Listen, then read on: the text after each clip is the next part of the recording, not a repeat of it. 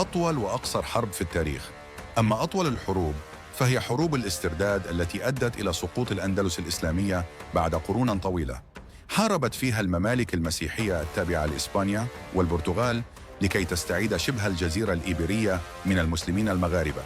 وشبه الجزيرة الإيبيرية مصطلح يطلق على شبه جزيرة الأندلس، والتي تضم إسبانيا والبرتغال ومنطقة جبل طارق.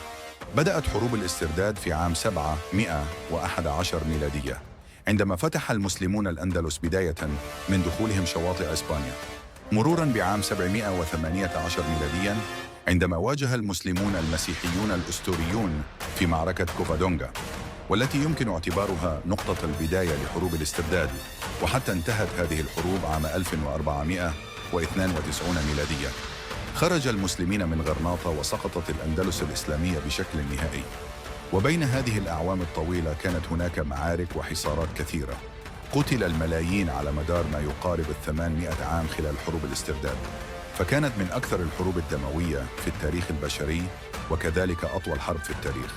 لكنها في الوقت نفسه شكلت الصورة الحالية للعالم الحديث، فقد كانت مسؤولة عن انتهاء الدولة الإسلامية في الأندلس.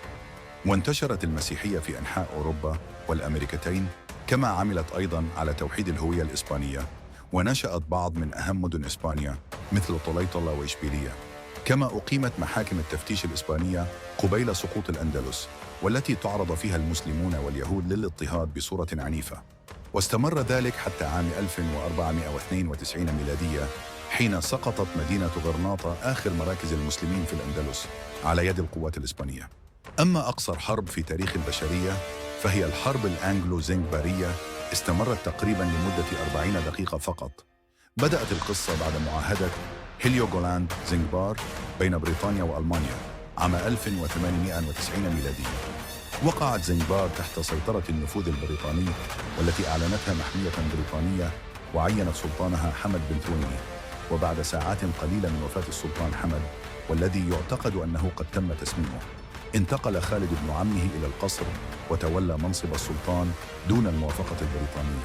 وقد تجاهل خالد التحذيرات البريطانية. وفي 27 من أغسطس 1896 ميلادي، في 9 صباحاً، صدر أمر للسفن البريطانية في الميناء بقصف القصر. بدأ الهيكل الخشبي للقصر بالانهيار، وقيل أن خالد هرب بعدها عبر مخرج خلفي في القصر تاركاً الجيش وحده. وبعد مرور 40 دقيقة، أي بحلول 49 دقيقة، توقف القصف وتم سحب علم السلطان. وانتهت بذلك أقصر حرب في التاريخ بعد ما يقرب من 40 دقيقة فقط على بدايتها.